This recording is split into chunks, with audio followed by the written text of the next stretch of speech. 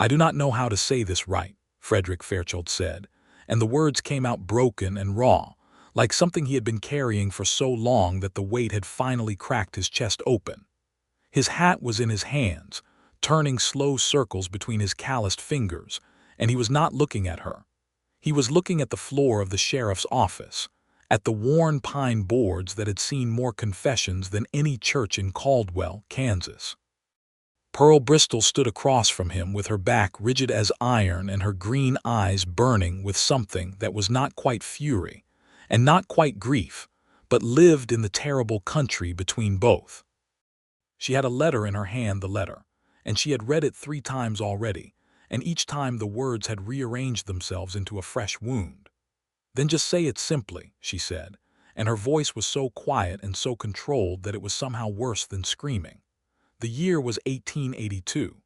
The town of Caldwell sat at the southern edge of Kansas, right at the mouth of the Chisholm Trail, and it was the kind of place where the wind never truly stopped and the dust tasted of old violence. It was a cattle town, a border town, a town where fortunes were made and lost on the turn of a single card, and where secrets had a way of riding in on the back of every cattle drive that came up from Texas. Frederick Fairchild was Caldwell's deputy sheriff.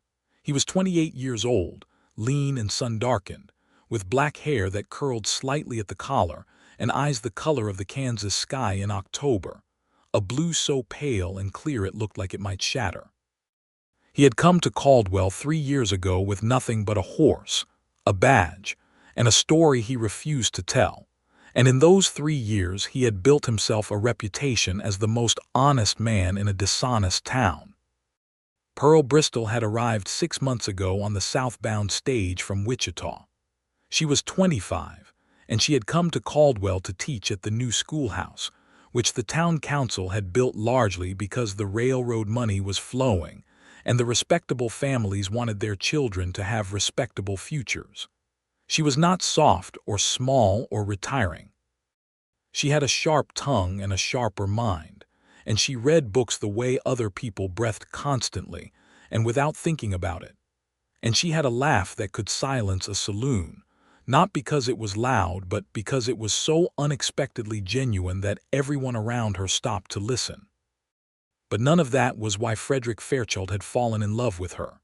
He had fallen in love with her on a Tuesday morning in October, 4 months ago, when he had found her sitting on the steps of the schoolhouse at 6 in the morning with a cup of coffee balanced on her knee and a copy of Darwin's book open in her lap, arguing under her breath with the pages. He had asked what she was reading. She had told him. He had asked what she thought of it. And she had looked up at him with those green eyes and said, "I think the world is much older and stranger than any of us are comfortable admitting, and I find that enormously exciting rather than frightening, which probably says something unflattering about my character." He had walked away from that conversation thinking about it for 3 days straight. After that, they had fallen into a habit. Coffee on the schoolhouse steps in the mornings when his early rounds brought him past. Long conversations about things that had nothing to do with cattle or trail dust, or who had gotten drunk and fired a gun into the sky the previous Saturday. She told him about growing up in Ohio, about her mother who collected pressed flowers and her father who had been a minister with a fondness for Voltaire. He told her almost nothing about himself, and she noticed, but she was patient, and she did not push. What she did not know, what almost no one in Caldwell knew, was that Frederick Fairchild was not entirely who he said he was. His real name was Frederick Fairchild, yes, that part was true. But 3 years before he had ridden into Caldwell, he had been a range detective working for the Cattlemen's Association out of Fort Worth. And before that, before the badge and the reputation and the honest man persona, he had done things in service of powerful men that he could not say out loud without the shame of them folding him in half. He had gathered evidence against families. He had helped men lose their ranches. He had looked the other way when the violence was being committed by the people who paid him rather than the people they called outlaws. He had been, for the better part of 2 years, a tool of the very kind of corruption he now spent his days fighting against. He had left that life.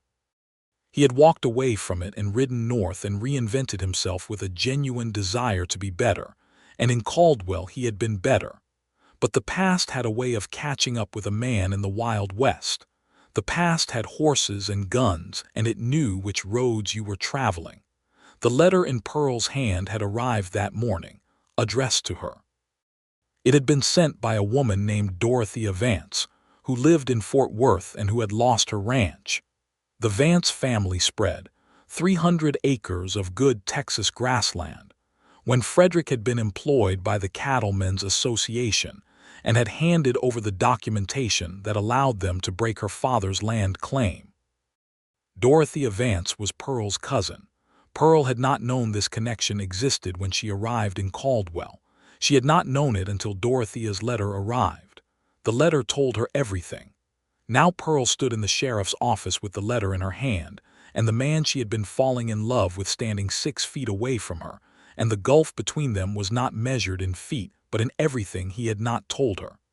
"Did you do what this letter says?" she asked. Frederick lifted his eyes from the floor. "Yes." The word landed like a stone dropped into still water, and the ripples moved through everything. "You helped them take my cousin's ranch." "Yes."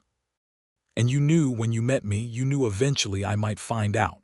He was quiet for a moment. "I hoped you would not. That was cowardly, I know that now." Pearl set the letter down on the sheriff's desk with a steadiness that cost her enormously. "My cousin lost everything, Frederick. Her father died 2 winters after they lost the land. She thinks it killed him. The grief of it." She stopped, started again. "And here I have been, sitting on schoolhouse steps every morning, telling you about my life like you were someone I could trust." "You can trust me," he said, and then immediately he heard how hollow it sounded, and he pressed his lips together. "Do not say that to me right now," she said softly. "Just do not say that." She picked up her shawl from the back of the chair, folded it over her arm, and walked to the door. Then she stopped with her hand on the frame and did not turn around, but she spoke to the doorway and the dusty morning street beyond it. "I have spent my whole life watching powerful men do terrible things and tell themselves they had good reasons for it," she said. "I need you to not be one of those men, Frederick. I need that very much. But I am not the person who gets to decide whether you are or you are not. That is something you have to work out for yourself." Then she walked out into the October wind, and Frederick Fairchild stood alone in the sheriff's office holding his hat and feeling as though the floor had given way beneath him. He stood there for a long time. Then he did what he had spent the last 3 years learning how to do. He stopped running from the thing that needed to be done. The first thing he did was write a letter to Dorothea Vance. He sat at the sheriff's desk with a fresh sheet of paper, and he wrote slowly and carefully, the way a man writes when he knows the words matter more than his comfort. He told her who he was. He told her what he had done, and that he understood if she wished to see him arrested, prosecuted, or simply destroyed by what remained of her fury. He told her that he had no defense for his actions other than that he had been young and corrupt and working for men who made corruption seem like professionalism. He told her that none of that was excuse enough. He told her he was sorry, and that word was so inadequate it embarrassed him to write it, but he wrote it anyway because it was true. He also included a banker's draft for $300, which was most of his savings, not enough to repay what had been taken, not even close, but what he had. He posted the letter himself that afternoon at the dry goods store that served as Caldwell's post office. Then he went back to his rounds. He did not seek Pearl out. He understood with a clarity that surprised him that she did not owe him forgiveness and that showing up at her door would be a way of making his discomfort her problem. So he stayed away. He did his job. He went home to the small room he rented above the hardware store, and he lay on his narrow cot and stared at the ceiling and tried to figure out who he actually was and whether that person was worth knowing. The days that followed were some of the hardest he had lived. Caldwell in November was cold and restless. The last of the cattle drives had come through, and the cowboys were drifting south and east, and the town settled into its winter rhythm, which was slower and drunker, and more prone to the kind of cabin fever violence that kept a deputy busy. There were fights at the Long Branch Saloon, not the famous one in Dodge, but Caldwell's own version, a long, low building on Main Street that smelled of sawdust and whiskey and old regret. There were disputes over land and water. There was a man named Cooley who had been cheating at cards for 3 months and finally met a player who noticed, and Frederick had to intervene before the whole thing became a funeral. He worked. He kept his head down. He watched Pearl Bristol from a distance and made sure she never caught him at it, because it would have looked like surveillance, and it was not. It was something much more honest and much more painful, which was a man watching the consequences of his own failure and accepting them. Pearl, for her part, was not idle. She taught school every day, and she was fierce about it in the way that only people who believe in what they are doing can be fierce. She had 16 students ranging in age from 6 to 14, and she taught them reading and arithmetic and geography, and when she thought she could get away with it, a little history that the town council would not necessarily have approved of, the real kind, the complicated kind, that acknowledged things had happened to people who were not always white and not always men. She also wrote back to Dorothea. She told her cousin about Frederick, about who he was now or who he appeared to be now. She did not defend him. She did not feel she had the right to, but she described him honestly, the way she always described things, which was with more fairness than comfort. She wrote about the way he had handled himself in Caldwell, about the reputation he had built. She wrote, "I do not know what to make of him, Dorothea. I know what I felt before I knew what I know now. I know that those feelings do not simply switch off because the story changes.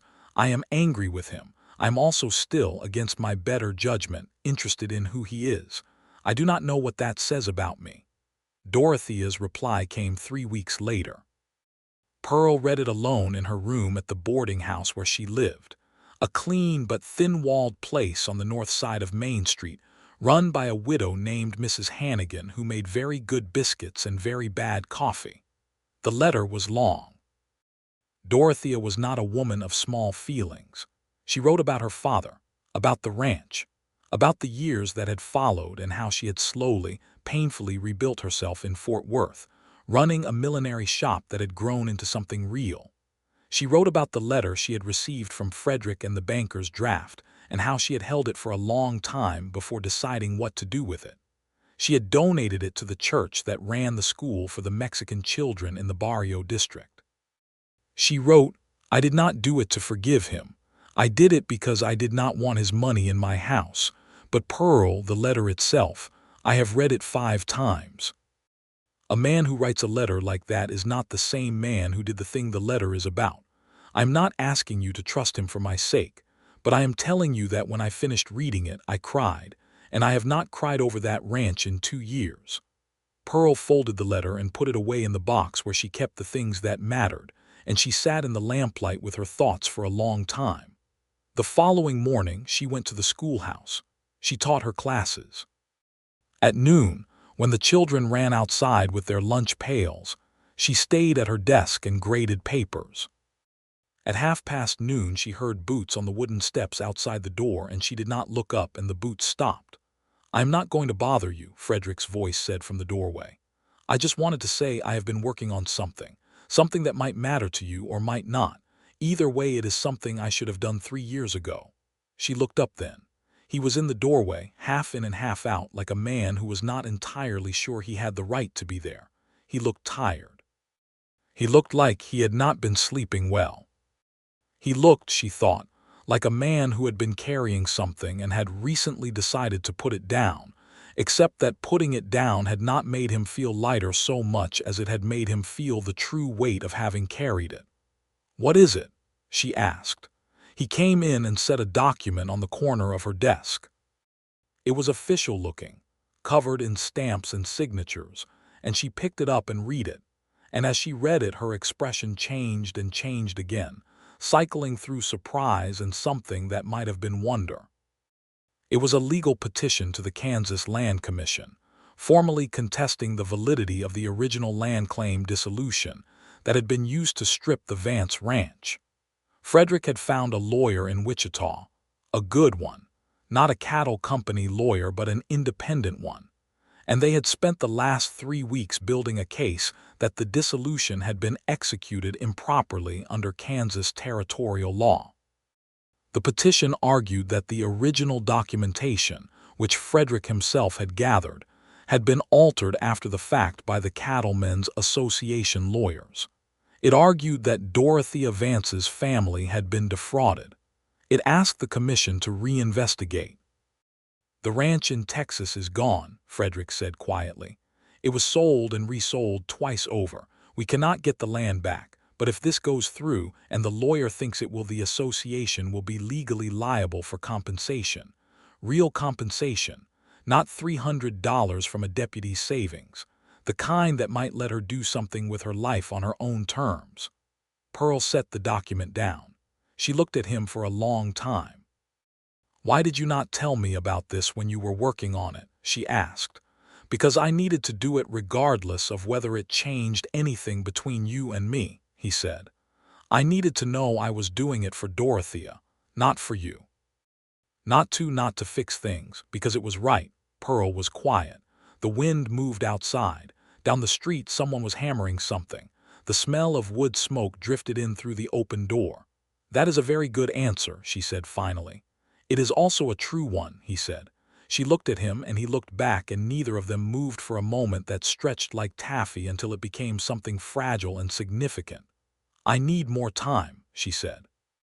I am not saying no to whatever this is. I am saying I need to know you better, the real you, not the version of yourself you decided I would find acceptable." "I can do that," he said. "That means telling me things that make you look bad," she said. "That means no more editing." "I know," he said. "I understand." He picked up his hat, which he had been holding again, and he turned it once in his hands. "Can I still come by in the mornings with the coffee?" She considered this. "Yes," she said, "but I reserve the right to ask you anything, and I expect honest answers even when they are uncomfortable." "Especially when they are uncomfortable," he said. "Yes," she agreed. "Especially then." He nodded and stepped back out into the noon light, and Pearl Bristol sat at her desk for a long while after he was gone, and she pressed her fingertips together and thought about the nature of trust, and how it was built the second time, after it had been broken, and how it was slower and harder, and she suspected more durable for it. The winter came in properly after that, blowing down off the plains with a ferocity that Kansans accepted the way other people accepted taxes. The streets of Caldwell hardened with frost, and the Long Branch Saloon became the main gathering place for anyone who did not want to be alone with their thoughts, which in winter was almost everyone. Frederick and Pearl resumed their morning conversations, and true to his word, he began to talk. Not all at once.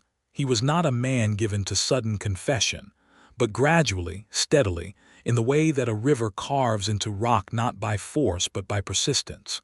He told her about Fort Worth.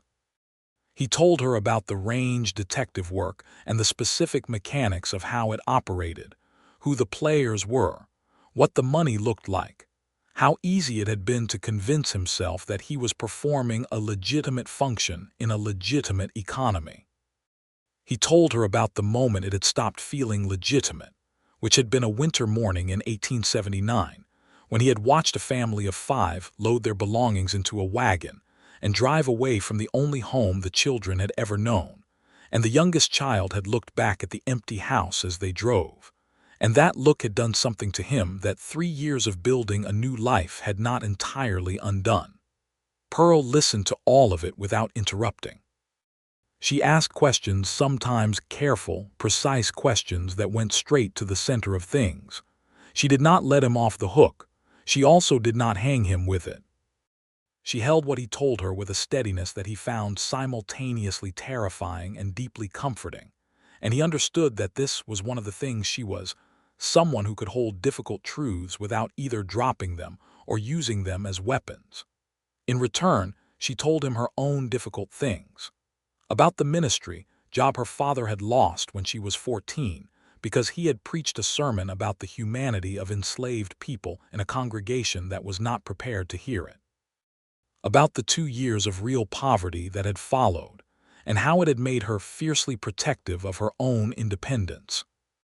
About the man in Wichita she had almost married, a banker's son named Edmund Prescott, who had been charming and attentive right up until the moment she had told him she intended to continue teaching after they were married, and he had explained very kindly that he did not think that was appropriate, and she had given him back the ring right there in his family's parlor while his mother looked on in horror.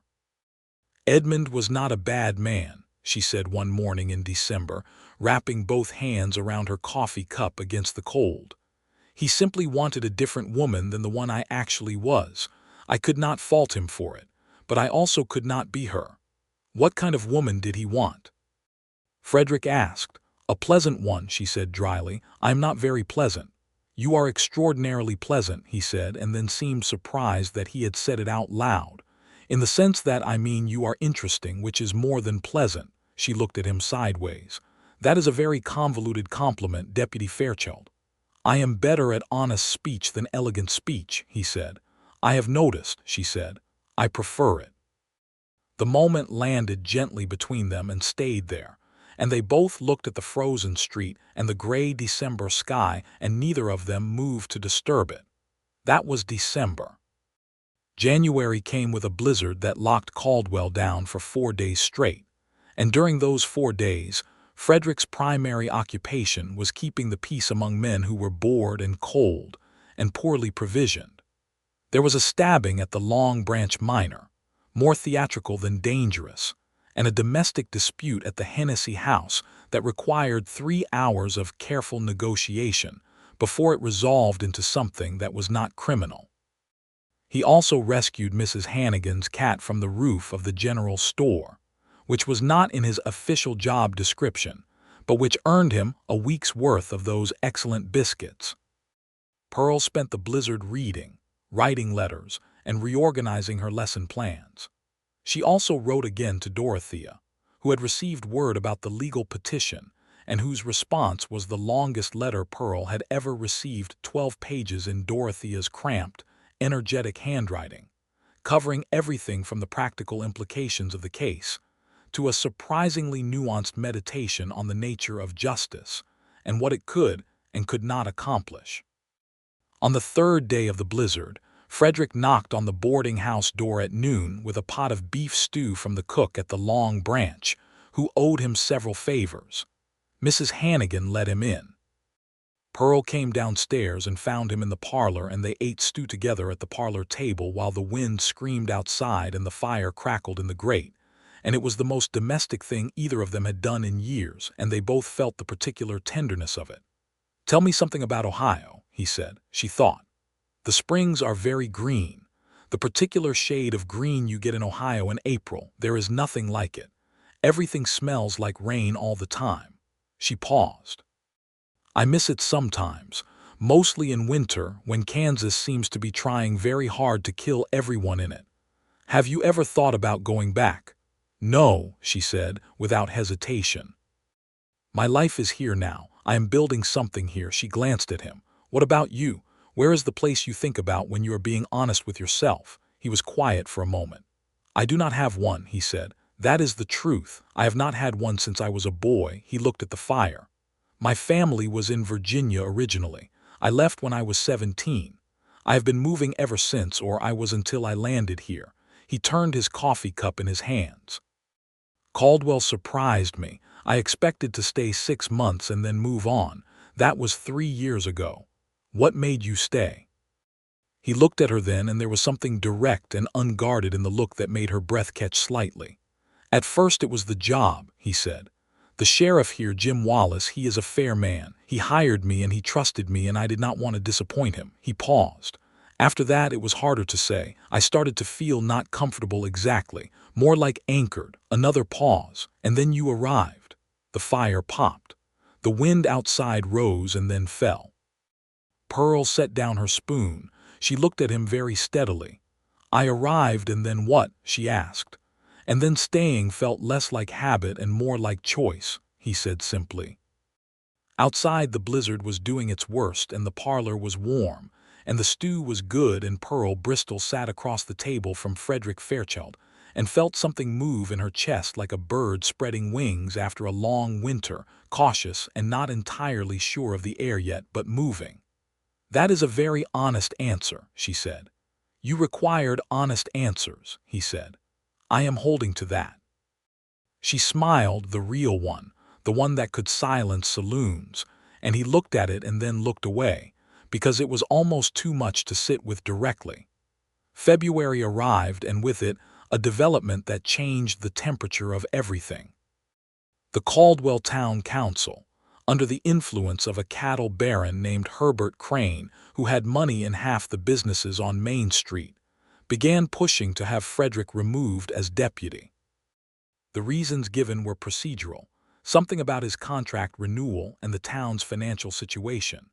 But the real reason, which everyone in Caldwell understood because Caldwell was a small town, and small towns have no secrets worth keeping, was that Frederick had been quietly building cases against two of Crane's associates for land fraud and illegal water rights manipulation. Sheriff Jim Wallace was a good man but a cautious one, and the pressure on him was substantial.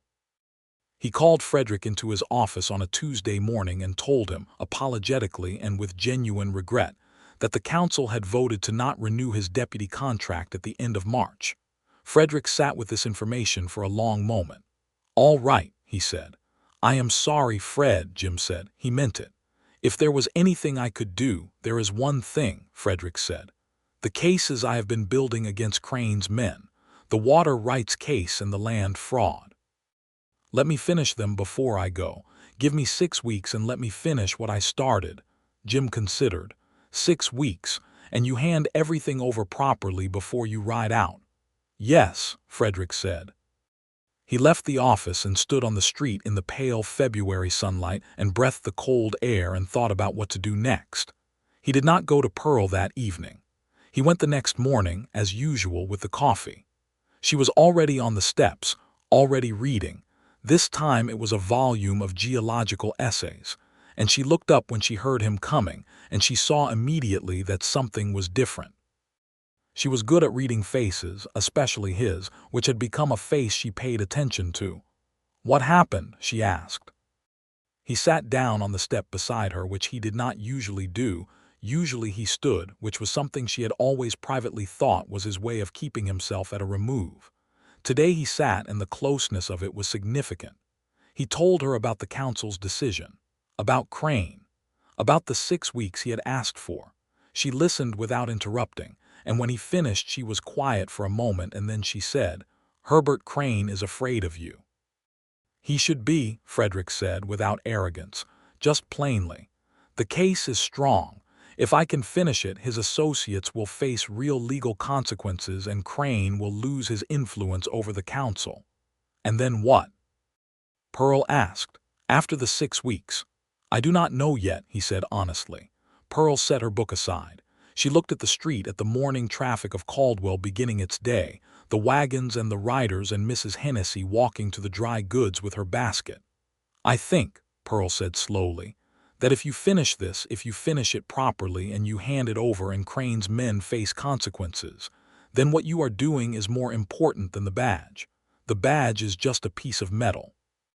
What you are doing is trying to make this town fair." She glanced at him. "I wanted you to know that I see that, and that it matters." He was looking at her with an expression she could not entirely decode, something between gratitude and longing and a very old, very stubborn form of hope. "Pearl," he said. "Yes, I would like to." He stopped.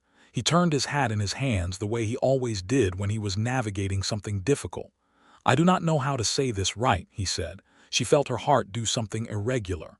"Then just say it simply," she said. He looked at her. "I am in love with you." "I have been for months.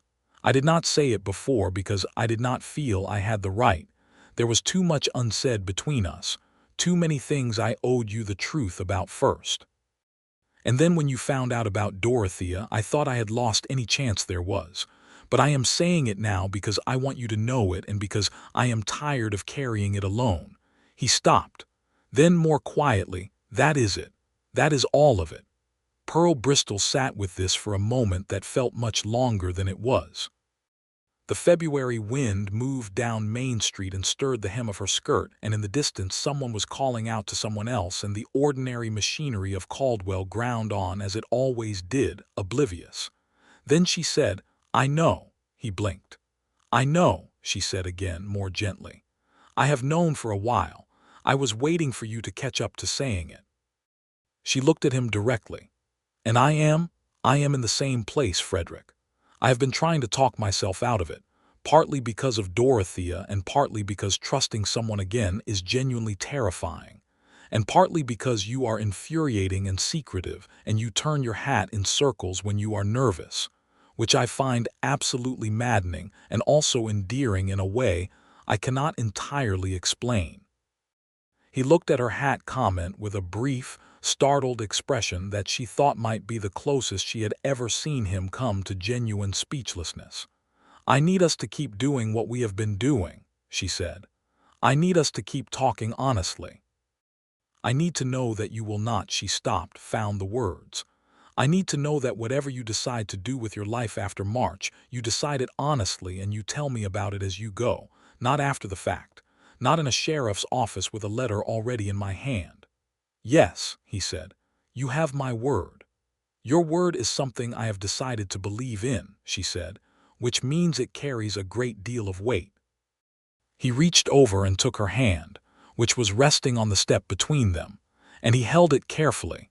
The way you hold something that matters and that you are aware is fragile not because it is weak, but because it is important. His hand was calloused and warm, and she looked down at their joined hands and then up at him, and what was in his face was so plainly and uncomplicatedly what he had just said it was that she felt the last of the ice she had been carrying melt away somewhere in her chest. "All right," she said softly. "All right," he agreed. They sat there in the February cold, with their coffee going slowly cold and the morning of Caldwell moving around them, and for a long moment neither of them needed to say anything else at all. The following 6 weeks were extraordinary in several ways. Frederick worked the land fraud and water rights cases with a focused intensity that the sheriff's office had never quite seen from him. He was already good at the work, methodical, thorough, patient in the way that detective work requires, but now he had a deadline and a point to prove, and those things sharpened him considerably. He gathered testimony from 3 ranchers along Bluff Creek who had been paying illegal water fees to a company owned by Crane's associate, a slick, cold-eyed man named August Morrow, who ran his operation out of a rented office on the south end of Main Street. The land fraud case was more complex. It involved forged survey documents and a complicated chain of county records that someone had carefully and skillfully altered. Frederick found the original surveyor, an elderly man named Elias Potts who had retired to a farm outside Caldwell, and Elias, who was 71 years old and had no remaining patience for dishonest men, agreed to testify with a gusto that was slightly alarming.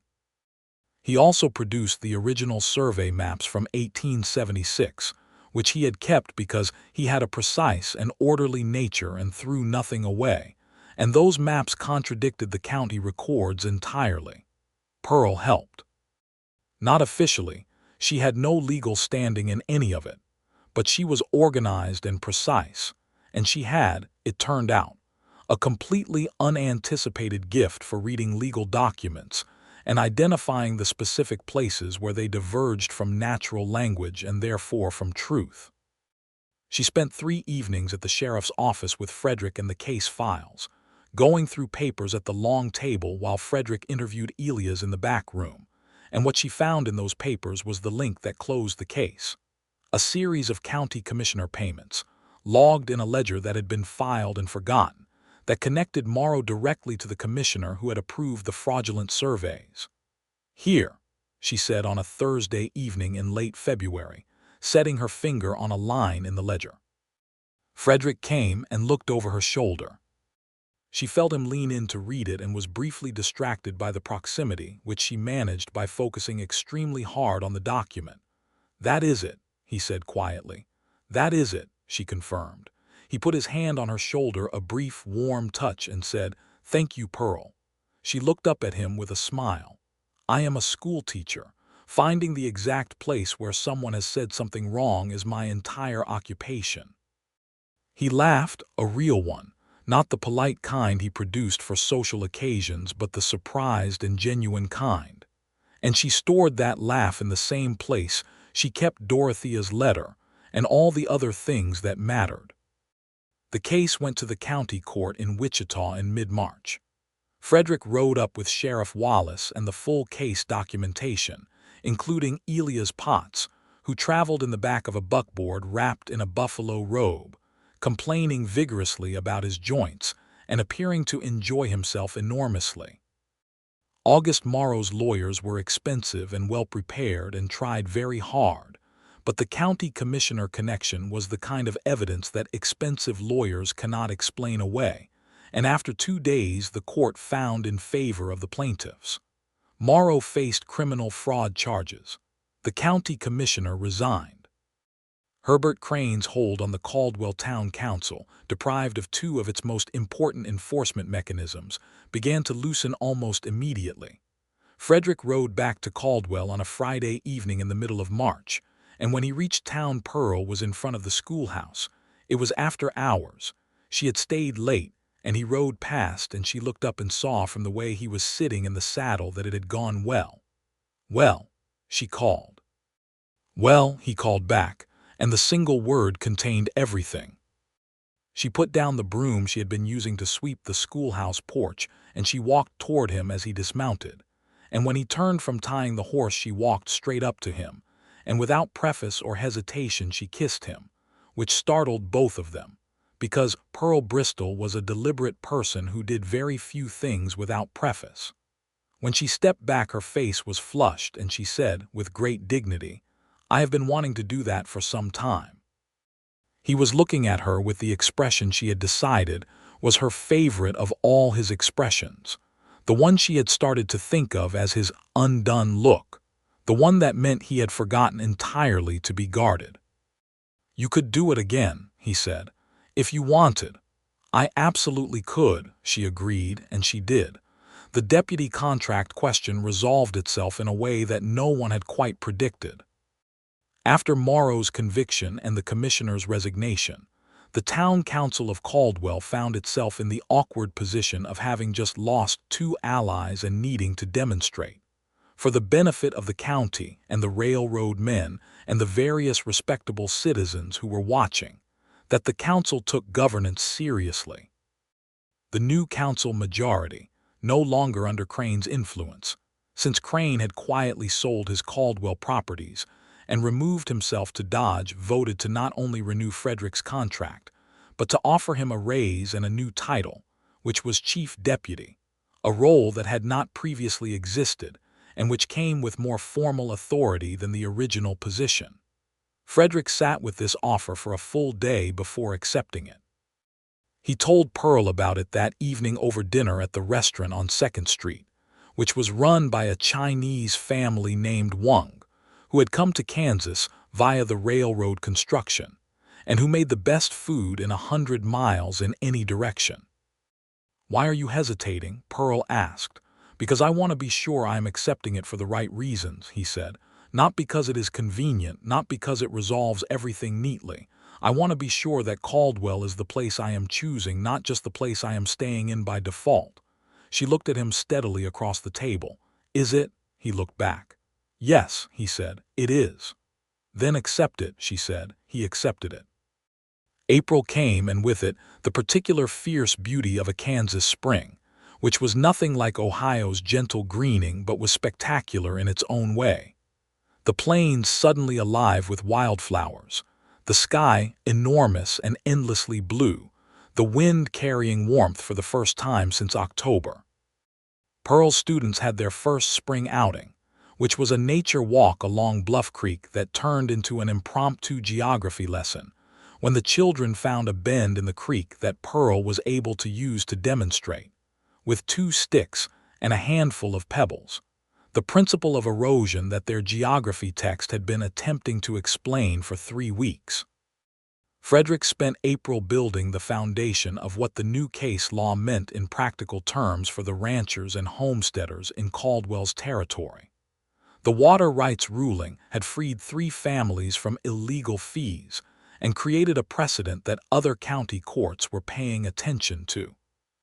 He rode out to those families' ranches and told them directly what had happened and what it meant, and one family, the Garcias, who had been paying Morrow's water fees for 2 years, invited him in and gave him coffee, and the wife, Elena Garcia, who had a 7-year-old son named Tomás, said to him with great simplicity, "You are a good man." And Frederick, who still sometimes found those words difficult to receive, said, "I am trying to be." And she said, "That is actually what a good man says." He thought about that for a while. May was when everything began to move toward something new.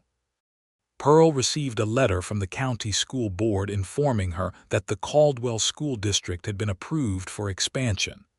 A second room, which meant a second teacher and a larger enrollment and a small library, which was the thing Pearl Bristol had been quietly advocating for since she arrived. She read the letter at the kitchen table of the boarding house and then went immediately to find Frederick to tell him. And she found him at the livery stable in conversation with a man she did not recognize. The man was tall and weathered, with a silver-streaked beard and the particular bearing of someone who had spent a long time outdoors and had thought hard about things. He introduced himself as Thomas Hargrove and said he was a land surveyor from Wichita and that he was in Caldwell to do some work on the county records. Frederick, after Hargrove left, said quietly to Pearl, "He is here because of the petition, the Land Commission petition about Dorothea's ranch." Pearl's hand went still on his arm. "They are moving on it?" she asked. "Hargrove says the commission has found sufficient grounds for the fraud claim. The association lawyers are going to try to settle rather than face a formal hearing." He paused. "Which means Dorothea will get compensation, real compensation." Pearl stood very still for a moment, and then she sat down on the bench inside the livery stable door because her legs felt unexpectedly uncertain. "How much?" she managed. "Hargrove would not give me a number, but the Vance Ranch was 300 acres of good Texas land in 1879. Current compensation values for comparable land." He stopped. "It will not be nothing, Pearl. It will not be nothing at all." She put both hands over her face. She was not a woman who cried easily, which was why when tears came they surprised her. She sat there in the livery stable with her hands over her face for a moment, and then Frederick sat down beside her and put his arm around her, and she let herself lean against him and breathe. "She can come back," Pearl said against his shoulder. "She could come back if she wanted, not to Texas but somewhere. She could have land again." "Yes," he said, "she could." They sat there together in the livery stable while the horses shifted in their stalls, and the afternoon light came through the gaps in the walls in long golden lines. And Pearl thought about Dorothea and her father and the particular compounding cruelty of what had been taken from them. And she thought about how nothing that happened now could reach back in time and undo that cruelty, but that this, at least, was something not justice. Not quite, because justice would have meant it never happening. But something more than nothing, which was what most things in the real world came down to. She wrote to Dorothea that evening. She told her about Thomas Hargrove. She told her to expect contact from the Land Commission. She also told her, with the directness that had always characterized their correspondence, about Frederick and about what existed now between them, and she waited with a patience that cost her for Dorothea's response. It came in June, 8 days after she sent her letter, which was fast, which meant Dorothea had written it immediately. It was a short letter by Dorothea's standards. It said, "Pearl, the commission contacted me. I have wept twice today. I cannot write much because my hands are shaking. I want to say this clearly so there is no ambiguity. I do not blame you for loving him. I do not even blame him for who he was in 1879. I blame the system that made it easy and profitable for young men to do wrong. He was a tool of it. He put down the tool. Some men put it down and some men never do. Tell him I said that. Tell him also that if he ever gives you cause to write me unhappy letters, I will come to Caldwell and I will be very unpleasant to him in several languages. Your cousin, Dorothea. Pearl read this letter aloud to Frederick at the schoolhouse on a Friday evening in late June, the windows open to the warm Kansas night and the sound of the town settling into its summer rhythm outside. When she finished, Frederick sat very still for a moment and then he said, "She is formidable." "She is," Pearl agreed. "It runs in the family." He smiled at that and she smiled back, and the evening was warm, and the schoolroom smelled of chalk and wood, and the books that Pearl had arranged on the new shelves that had gone up in the expanded room, and it was very ordinary and very specific and very much the place they both were, and neither of them wanted to be anywhere else. In July, Frederick bought a small piece of land. It was 2 acres just east of the town proper, on a slight rise that caught the afternoon breeze, and had a view of the prairie that went on long enough to make you feel the size of the world without making you feel small in it. He told Pearl about it over coffee one morning, and she asked what he intended to do with it, and he said he intended to build a house, and then he looked at her with a directness that left nothing ambiguous and said, "I am hoping it will not be a house I live in alone." Pearl set down her coffee cup. "Frederick Fairchild," she said, "are you asking me to marry you in the most oblique manner I have ever encountered?" He reached into his coat pocket and produced a small ring, which was a plain gold band with a single small turquoise stone set in it. The stone was the blue-green color of deep water or summer sky. He had ordered it from a jeweler in Wichita because he had thought, after a great deal of consideration, that a diamond was not the thing for Pearl Bristol, who valued specific and beautiful things over conventional expensive ones. "I am asking you directly," he said. "Will you marry me? I want to build a house with you and argue about books with you and watch you teach 16 children things they will still know when they are 60, and I want to have that be my life. I want that to be our life." "If you want it," Pearl looked at the ring and then at his face and then at the ring again. "I want it," she said. "Yes, of course, yes." He put the ring on her finger and it fit, which he had worried about, and she looked at it on her hand in the morning light, and the turquoise was the color of the sky behind him, and she thought that some things were exactly right in ways that could not be arranged or intended, that could only be arrived at through a great deal of difficult honesty. She kissed him again, more thoroughly than the first time on the schoolhouse steps, and this time neither of them was startled at all. Caldwell had opinions about the engagement because Caldwell always had opinions. Mrs.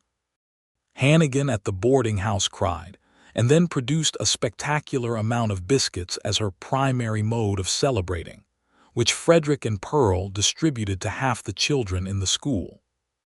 The Wungs at the restaurant insisted on a celebratory dinner and refused any payment for it, and Mrs. Wung, who had 3 daughters and had been quietly observing the courtship with an expert eye, told Pearl in the kitchen while they helped carry plates, "He looks at you like you are the answer to a question he has been asking his whole life."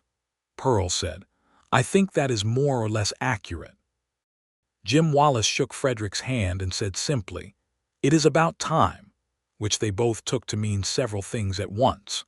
The wedding was in September, which was the beginning of the best month in Kansas, warm still but the ferocious heat of August gone, the sky a deep saturated blue, the light going golden and long in the afternoons. They were married in the small white church at the north end of Main Street by a minister named Reverend Clay, who had known Pearl slightly because she attended his services occasionally, less for the religion than for the community, which she felt was a legitimate function of religion anyway. Dorothea came. She had traveled up from Fort Worth on the train and then the stage from Wichita, and she arrived on the Friday before the Saturday wedding, and when Pearl met her at the stage depot, she was smaller and thinner than Pearl remembered from childhood, but there was nothing diminished about her. Her eyes were sharp, and her posture was excellent, and she looked, Pearl thought, like a woman who had been through a great deal, and had made peace with most of it on her own terms. Pearl introduced her to Frederick that evening at dinner at the Wung's restaurant. Dorothea shook his hand and held it for a moment and looked at him very carefully, and then she said, "You have an honest face." "I was afraid you would not," Frederick said. "I am sorry, Miss Vance, for what I did and for how long it took me to try to undo it." Dorothea said, "I know. Pearl told me everything, and the commission's process is ongoing." She paused. "I did not come to Caldwell to relitigate the past. I came to see my cousin be happy, which she clearly is." She looked between them.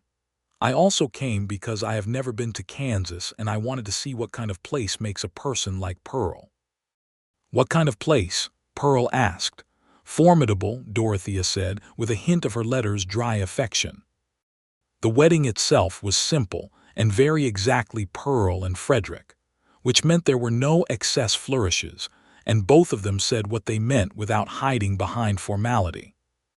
Pearl wore a dress the color of sage.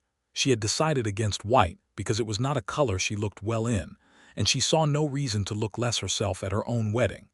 And she carried a small bunch of late summer wildflowers that she had gathered herself that morning from the prairie east of town, near the land where the house was beginning to be built. Frederick wore his good suit and no hat, which Pearl had requested, because she wanted to be able to see his face clearly, and he understood that. When Reverend Clay asked him if he took Pearl Bristol to be his wife, Frederick said yes, and when Clay asked Pearl if she took Frederick Fairchild to be her husband, she said yes, and there was something in the simplicity of both answers that felt like the conclusion of a much longer conversation. At the reception afterward, which was held in the schoolroom because Pearl had decided it was the most appropriate location, Dorothea sat next to Elias Potts, who had been invited because Frederick felt strongly that the old surveyor deserved to celebrate what his testimony had helped accomplish, and discovered that Elias had opinions about land law and justice that dovetailed with hers in unexpected and interesting ways, and the two of them talked for 3 hours straight. And Pearl noticed this and filed it away for future correspondence. They moved into the new house in November.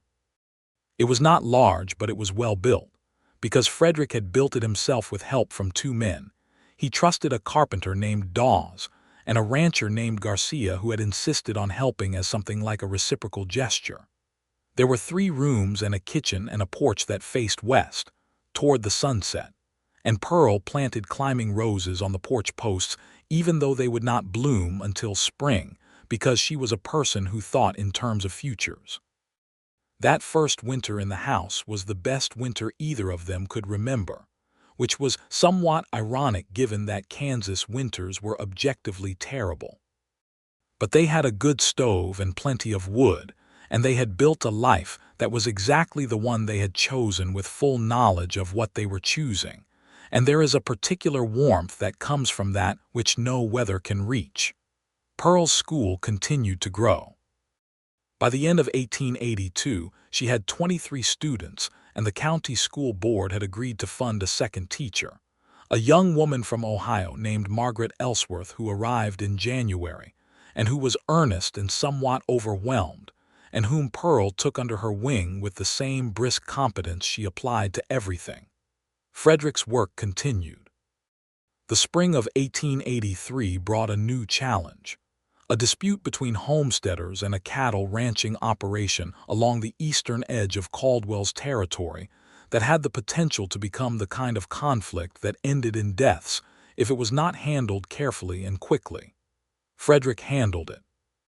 It took 6 weeks of riding back and forth between the two groups and a formal mediation that he organized and ran himself, drawing on the land law precedents from the Morrow case. And it ended with a legal agreement that gave the homesteaders their water rights and the ranchers an easement for cattle crossing that actually improved both operations' efficiency. He came home from the final negotiation on a May evening, and Pearl was on the porch with her book and a glass of water, and she looked up and he said, "It is done," and she said, "Come sit down," and he did. They sat on the porch in the May evening, and the prairie west of them was full of color, and the sky was doing what Kansas skies did in May, which was everything at once, and Frederick Fairchild thought that this was what he had been trying to find his way to all those years he had been moving, and he was glad, with a fullness that he had not known he was capable of, that he had found it. "I have something to tell you," Pearl said. He looked at her. She was looking at the sunset, and there was a particular quality to her stillness, a kind of carefully contained thing, and he understood before she said it. "We are going to have a child," she said. He did not say anything for a moment.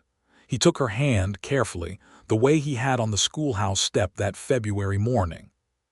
She turned to look at him, and what was in his face made her eyes sting, because it was not surprise and not performance. It was a person fully arrived at the thing they had hoped for and finding it entirely real. "When?" he said. "November," she said.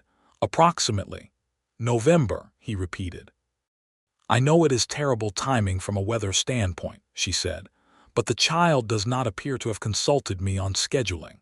He laughed, and she laughed, and the Kansas evening was warm and enormous around them.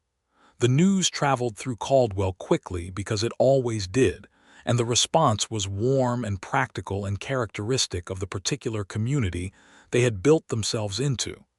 Mrs. Hannigan began knitting immediately. Elena Garcia brought over a blanket she had made, woven in the traditional pattern her own mother had taught her, and it was so beautiful that Pearl kept it folded on the chair in the room they were preparing for the child, rather than putting it away where it could not be seen.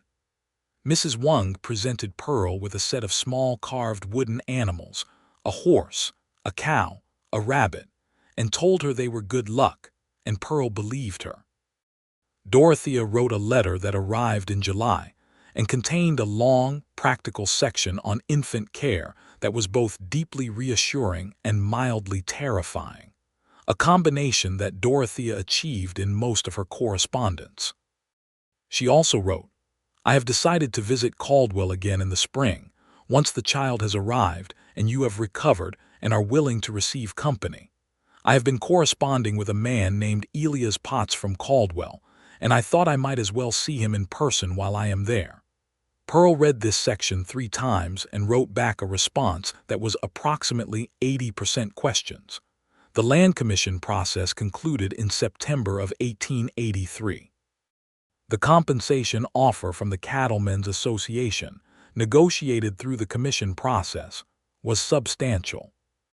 It would not make Dorothea wealthy in any dramatic sense, but it was enough to expand her millinery business, which had been constrained by capital, and to buy a small piece of land in Fort Worth that she had been looking at for 2 years. Frederick, when Pearl told him the number, was quiet for a long time, and then he said, "Good, just that." Pearl knew what it meant.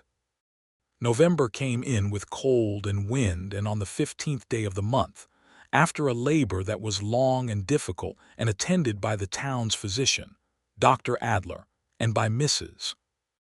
Hannigan, who had delivered 3 of her own children and was considerably calmer than the doctor about the whole enterprise, Pearl and Frederick's son was born. He was a healthy, loud, dark-haired infant who expressed his displeasure at the cold world loudly and consistently for the first 3 months of his life, which Pearl took as evidence of strong opinions, and which Frederick took as evidence of something very like relief. They named him James, after Sheriff Wallace, who was visibly and wordlessly moved by this, and who visited the house twice in the baby's first week under the guise of official business that fooled exactly no one. James Frederick Fairchild grew fast, the way strong children do, and the house on the rise east of Caldwell was full of the noise and warmth that comes from a life being actually lived in a place, rather than simply occupied. Pearl returned to teaching in January, 3 months after the birth, and brought James with her in the mornings for the first weeks, which the students thought was wonderful, and which Pearl found was, practically speaking, entirely manageable, because 23 children will very happily take turns looking after a baby if you ask them to in the right way. Frederick took James on his morning rounds when Pearl was teaching, the baby bundled against the cold in a carrier that Frederick had constructed from leather and wool, following instructions in a farmer's almanac, and which worked tolerably well. The town of Caldwell received this development with the combination of mild amusement and complete acceptance that characterized a frontier community, which was too busy surviving to concern itself with who was supposed to do what. Dorothea arrived in April as promised, on the spring stage from Wichita. She was wearing a hat of her own construction that was so precisely well-made that Margaret Ellsworth stopped her on the street to ask where she had gotten it, and nearly fell over when she was told it was the handiwork of the woman wearing it. She stayed for 2 weeks and saw Elia's pots 3 times, which Pearl tracked carefully, and said nothing about directly but mentioned to Frederick in a tone of significant restraint that she was very pleased that Dorothea seemed to be enjoying Caldwell. Elias is a good man, Frederick said. He is 72, Pearl said. Dorothea is 34, Frederick said. Pearl thought about this. She has always done things her own way, she said finally. That runs in the family, Frederick said, with a smile that knew exactly what it was doing, and Pearl threw a dish-towel at him. The summer of 1884 was the first year that felt, to both of them, entirely settled, not complacent, not finished, but settled in the way a thing is when it has found its proper form and is just being what it is. James was walking by June, unsteady and determined, moving through the house and the yard with the focused momentum of a person who has just discovered locomotion and intends to use every bit of it. Pearl's school was the best in Caldwell County, which was an official designation that the board had recently conferred, and which she accepted with characteristic practicality by immediately requesting additional book funds.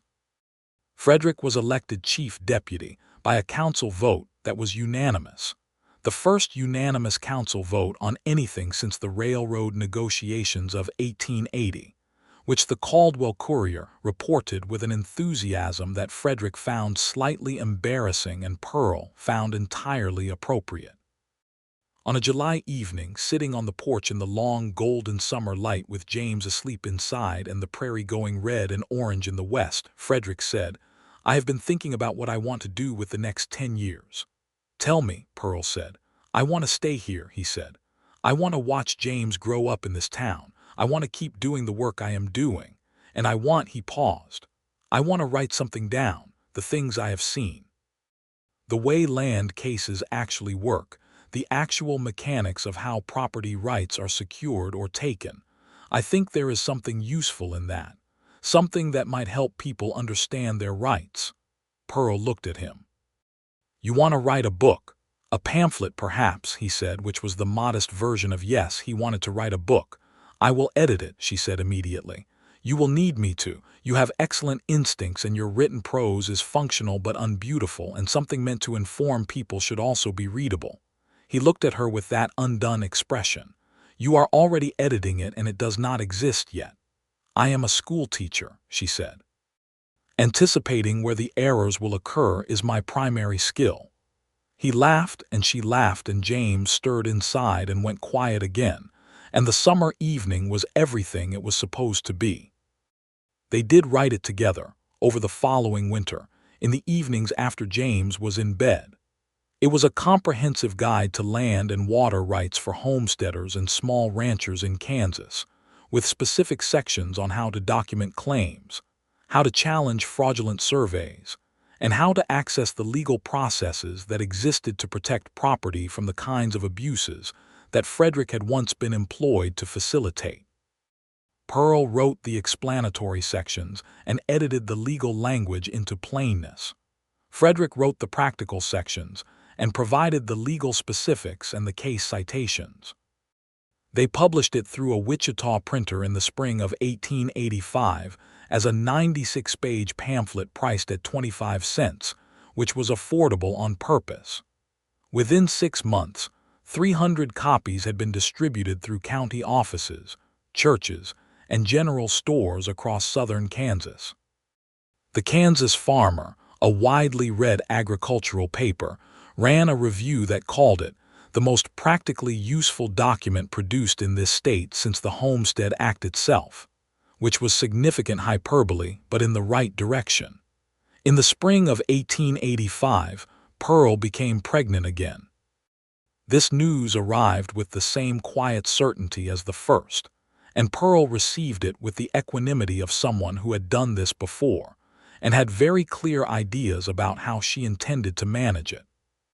James was nearly 18 months old, walking and talking with the combined vocabulary of a frontier child who spent his days in a schoolroom and on evening rounds with a deputy, which meant he was simultaneously able to identify geological formations by name and quote frontier law as applied to water rights disputes, which Caldwell found both charming and slightly alarming.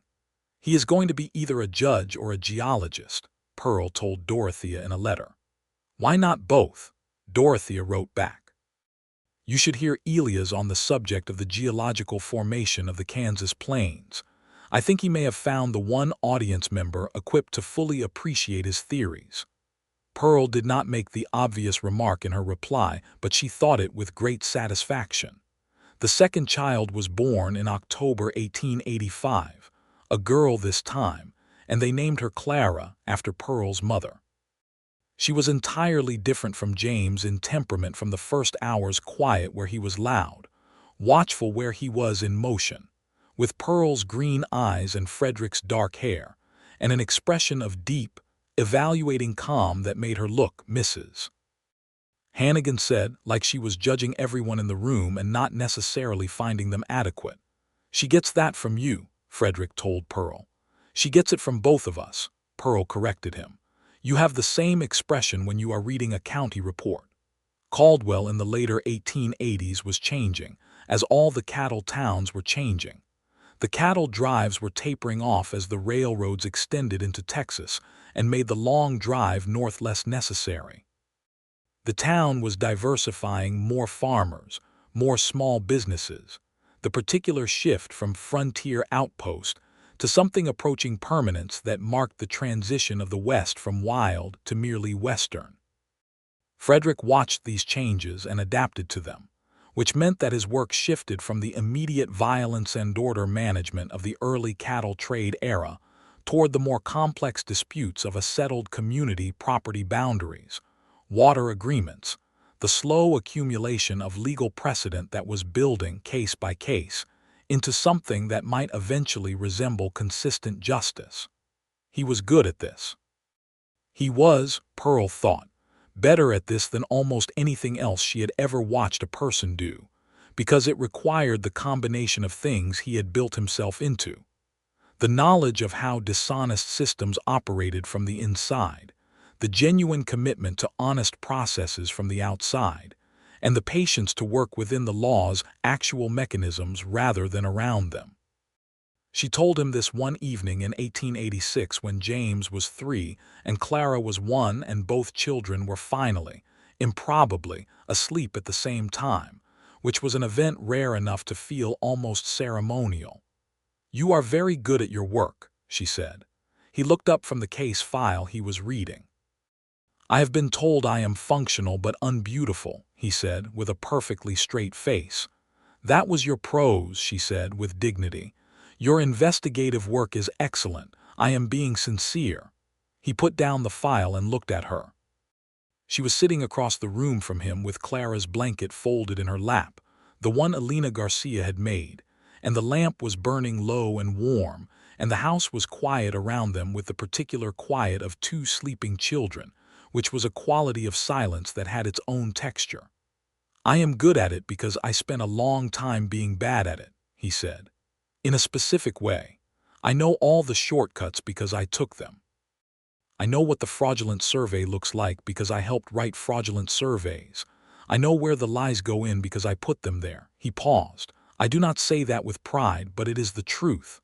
"I know," she said. "I am not asking you to feel proud of the past. I am asking you to let yourself feel good about what you have done with it." He was quiet for a long moment. "I am learning too," he said. She looked at him with the steadiness she had always given him when it mattered. "Good," she said. "Because you are worth admiring, Frederick," quietly. From the outside, for those of us who have been watching, she held his eyes. "I admire you very much. I want you to know that clearly and without any ambiguity." The thing that happened to his face when she said this was something she intended to carry for the rest of her life. He rose from his chair and came to her and sat beside her on the settee and put his arm around her, and she leaned into him, and they sat that way in the lamplight with their children sleeping, and the Kansas night dark and wide outside the windows. And there was nothing more to say right then, because everything that needed to be said had been said, over years, with great care and great honesty, and what was left was just this: two people who had chosen each other completely, and were sitting in the evidence of it. Dorothea came back to Caldwell in the spring of 1887. She had sold the millinery shop. She had purchased, with the land commission compensation, a small farm outside Caldwell, not large 40 acres, but good land with water access, and she intended to raise chickens and a kitchen garden and do specialized millinery work for clients in Wichita and Kansas City via correspondence. She also, Pearl noticed with enormous satisfaction, spent a very great deal of time in conversation with Elias Potts, who at 75 had lost none of his sharpness, and was in many ways the most interesting man Dorothea had ever encountered. "I like him," Dorothea told Pearl simply, on a May afternoon when they were sitting on Pearl's porch watching James chase chickens in the yard, his own chickens, which he had been given responsibility for and had named with what Frederick called alarming specificity. "I am glad," Pearl said. "He has asked me if I would be interested in taking dinner with him regularly," Dorothea said. "At a table, not a quick meal between things. That is called courting, Dorothea." "I am 37 years old, Pearl. I am aware of what it is called. And you are interested." Dorothea was quiet for a moment, watching James lose a chicken and then regain it with the focused strategy of a 3-year-old who has decided something is going to happen. "He is the first person in a very long time who says exactly what he means," she said, "with no performance. He simply says the thing." She paused. "After years of living in a town full of commerce and negotiation, and everyone speaking to the angle rather than the point, yes, I am interested." Pearl reached over and took her cousin's hand, and they sat on the porch in the May afternoon, and the Kansas plains were wide and full of light around them, and somewhere in the yard James had conquered the chicken and was announcing his victory at volume. Life in Caldwell through the end of the 1880s had a rhythm that Pearl would sometimes step back from mentally and look at from the outside, the way you look at something you want to remember fully, the texture of it, not just the outline. James growing fast, becoming curious about everything, asking questions that required real thought to answer. Clara, more deliberate and watchful, making friends carefully but devotedly, showing at 6 and 7 and 8 the same quality of attention to people that Pearl recognized as a gift she herself had. Frederick's steady work, the way the town trusted him now with a depth that went beyond his badge and was about who he was in it. The pamphlet, which by 1888 had been updated twice and had found readers as far as Nebraska and Colorado. In 1889, Pearl discovered she was pregnant again, for the third time, which surprised her somewhat because she had assumed, with 2 healthy children and a full life, that the family had perhaps found its shape. The pregnancy was harder than the others. She was 32, and it was a damp, difficult winter. But in June of 1889, their second daughter, Ruth, was born, small and vigorous and red-faced in the way of infants who have strong ideas about the world they have entered. Frederick at the birth held Ruth with the practiced ease of someone who had done this before, and with the same enormous tenderness that Pearl had watched grow in him over the years. She thought sometimes that his gentleness with their children was the clearest evidence of who he had become, because there was nothing strategic in it, nothing performed. It was simply what he was now in the privacy of his own life, which was the most honest version of a person there is. James was 6 when Ruth was born. Clara was 3. The house that had been built for 2 people and 1 eventual child had expanded incrementally over the years. A second story, another room, the porch extended along the south side, and it was now, Pearl thought, precisely the house it was supposed to be, not planned that way but grown that way, which was better. In the autumn of 1889, Kansas held its state constitutional convention, and among the items discussed was women's suffrage. Kansas women had been voting in school elections since 1861, and there was a real movement for full suffrage that Pearl had been watching with close attention for years. The convention did not grant full suffrage that year, which Pearl registered with anger and a specific, disciplined patience that she had learned was more effective than anger alone. She organized. She had been quietly part of the Kansas Equal Suffrage Association for 2 years, exchanging letters and occasional meetings. She now brought the conversation openly into Caldwell, to the women's reading group she had been running for 3 years, to the church committee on education, to conversations at the Wung's restaurant and Mrs. Hannigan's boarding house table. She was articulate and utterly impossible to dismiss, and the women of Caldwell who listened to her found, more often than not, that they had been thinking these things too, and had simply needed someone to say them in language that made them feel reasonable rather than radical. Frederick's position on this was uncomplicated. When she asked him, one evening, what he thought, not his public position, his actual personal thought, he said, "I think you are the most intelligent person I know, and there is no rational argument for your judgment not counting in the political process. I also think that political arguments are rarely won by rational argument alone, and that you are better at building coalitions than most people I have known." He paused. "What do you need from me?" She looked at him. "Publicly, I need you to say clearly that you support it if someone asks you directly." "I will," he said. "And privately," she said, "I need you to keep doing exactly what you have always done, which is treat what I think as something worth arguing with seriously."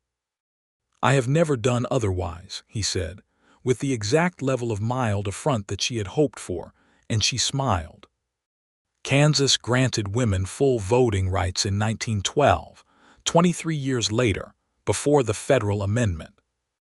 Pearl was 55 years old and she walked to the courthouse with Dorothea, who had lived in Caldwell full-time since 1891, and they voted together in the first election that counted their ballots.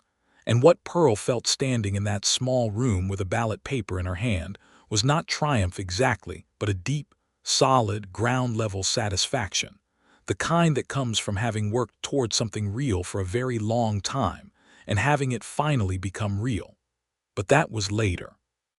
In 1890, Pearl and Frederick were in the middle of their lives, in the full warm middle of them, and it was a summer evening and the 3 children were in the yard, and Frederick was helping James, now 7, understand the principles of fair negotiation using a dispute over the chickens as a working example.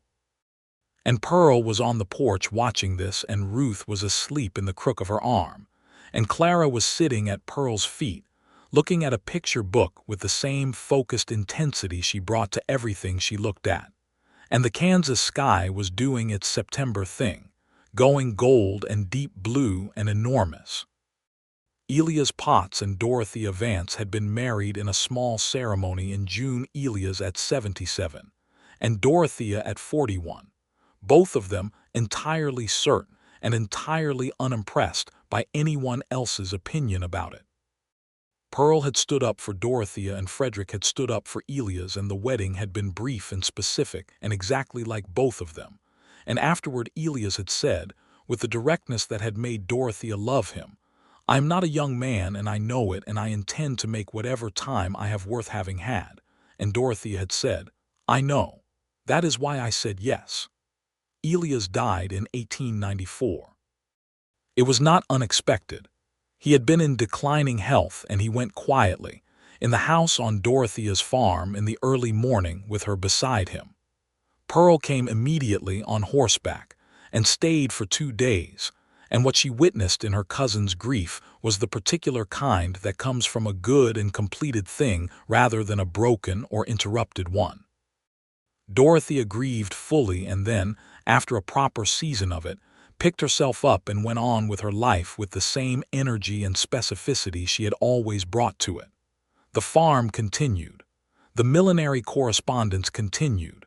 The letters to Pearl continued, as regular and essential as ever. James Fairchild, at 15, had developed a passion for geology and land surveying that owed everything to Elias Potts, and the years of sitting in the old man's company listening to him described the formation of the Kansas plains as though it were the most dramatic story ever told, which James increasingly thought it was. He was going to study it formally. He had decided, at the university in Lawrence when he was old enough. And Pearl, who remembered being 15 and certain about what she wanted, did not attempt to redirect this, but simply made sure he had access to every book on the subject she could obtain, which in 1897 was more than she had been able to provide in 1890, because the school library she had built over 15 years now had a geology section that was, by any reasonable assessment, extraordinary for a town of Caldwell's size. Clara, at 12, was going to be a physician. This was less a stated ambition than a thing that had clearly already been decided by whatever force decides these things, because she had been reading Frederick's medical almanac since she was 9 and pestering Dr. Adler, who had a quiet and scholarly nature, with questions since she was 10. Adler, who had no family of his own and who had always taken a somewhat avuncular interest in the Fairchild children, began formally teaching her at 13, and the woman who would eventually become Dr. Clara Fairchild began her education in his small office on 2nd Street, which smelled of camphor and old books and was, Clara said, her favorite place in Caldwell. Ruth, the youngest, was reading at 4 and arguing at 5 and had, by age 7, developed both a talent for mathematics that reduced her schoolteachers to a kind of awed helplessness, and an absolute authority with the chickens in the yard, which she managed with a system of her own devising that James said was more organized than the county water rights documentation. Frederick Fairchild in his 40s was the man he had spent his 30s becoming. Steady, clear-eyed, trusted, known in Caldwell not as a legend or a hero, but as the particular and specific person he was, which was better. He had lines at his eyes and gray at his temples, and he still turned his hat in circles when he was thinking hard, which Pearl still found maddening and endearing in approximately equal measure. He still read. He had taken to history in his middle years, particularly the history of land and law, which fed both his professional work and the ongoing editions of the pamphlet, which by 1895 had grown into a full book, 180 pages, published through a proper Wichita house, and had found a readership across the Plains states and been cited in 2 state court decisions, which Frederick received with the quiet satisfaction of a man who had built something real out of the wreckage of something false. Pearl was 40 in 1897, and she looked at herself clearly and without the flattering distortions of youth and found, to her genuine surprise, that she was more herself than she had ever been, more certain of what she thought, more practiced at saying it, more comfortable with the gaps between what she believed and what the world was doing, which was the particular equanimity that can only come from having lived long enough to see things change slowly for the better and to have had a hand in the changing. She still taught school. She had moved from the classroom into a principal role when Caldwell's school had grown to 4 rooms and 12 grades, but she still taught 1 class herself because she could not imagine giving it up entirely. The particular relationship between a person who knows something and a person who is learning it, the specific moment when a child's face changes because they have understood something new, was the most satisfying thing she had encountered in her professional life, and she was not prepared to administer it from a distance. On a September evening in 1898, 30 years before either of them would have imagined it, 16 years into their marriage, Pearl and Frederick sat on the porch of their house in the long amber light of a Kansas fall, James away at university in Lawrence, Clara with Dr. Adler for her evening study session, Ruth inside at her mathematics with the focused ferocity of a person who does not feel mathematics requires natural light. The prairie beyond the house was golden and enormous, and the sky was doing its routine extraordinary performance, and somewhere down the hill, the lights of Caldwell were beginning to come on, lamp by lamp, as the evening settled in. "I have been thinking," Frederick said. "Tell me," Pearl said. "I have been thinking about what you said to me once, in the sheriff's office, the first day when you found out about Dorothea." He paused. "You said you had spent your whole life watching powerful men do terrible things and tell themselves they had good reasons for it." Pearl was quiet, listening. "I think about that a great deal," he said. "I thought about it for years after you said it. I still think about it." He looked at his hands, which were resting on the porch rail, calloused and worn in the way of hands that had done a great deal of real work over 25 years. "I do not have a tidy conclusion about it.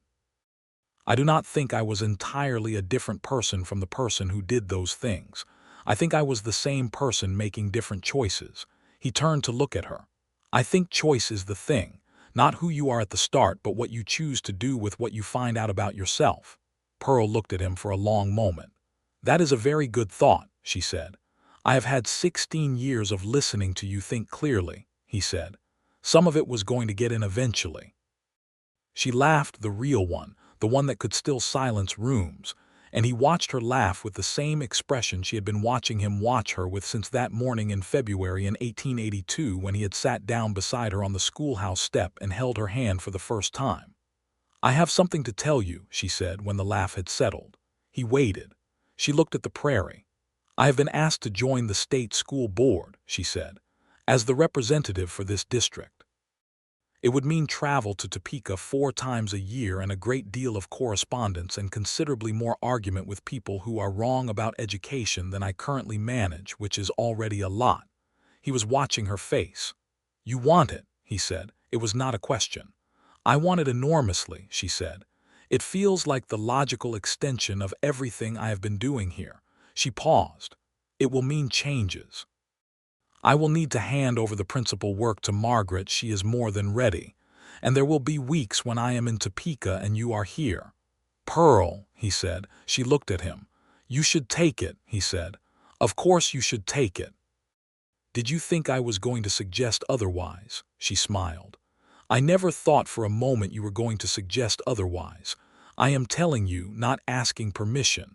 I am telling you because you are my partner and I want you to know what is happening in my life as it happens." He looked at her. "No more after-the-fact letters." "No more after-the-fact letters," she agreed, and the old reference landed between them with the particular warmth of something painful that had been long enough ago to have become part of the structure of who they were, a scar that had healed solid. "I am proud of you," he said. Simply and directly, the way he said things that mattered. "I know," she said, in the same way she had said it on the schoolhouse step 16 years ago, which was not dismissal but receipt. She took the position. She served on the state school board for 11 years, through changes in the Kansas curriculum, through the suffrage debates, through the early years of the new century when the world was beginning its enormous, disorienting acceleration into modernity. She was effective and known as someone who did not waste words, which was the highest professional compliment available in that context. Frederick continued as chief deputy until 1903, when Jim Wallace retired and the council, without any real deliberation, offered Frederick the sheriff's badge. He held it for 7 years until 1910, when he was 56 years old, and he handed it to a young man named Wilson who had the right instincts and the right character, and who had been Frederick's deputy for 3 years and was more than ready. He did not stop working. He became a county land commissioner, which meant he could do formally and officially the work he had been doing informally for 30 years, ensuring that property processes were fair, that claims were properly documented, that the machinery of land ownership did not grind down the small and benefit only the large. James Fairchild returned from Lawrence in 1901 with a degree in geology and a talent for cartography that he had developed in his 4 years of university fieldwork. He came back to Caldwell because it was home, and because the Kansas plains were his subject, and because, he told his parents plainly, there was nowhere he would rather be.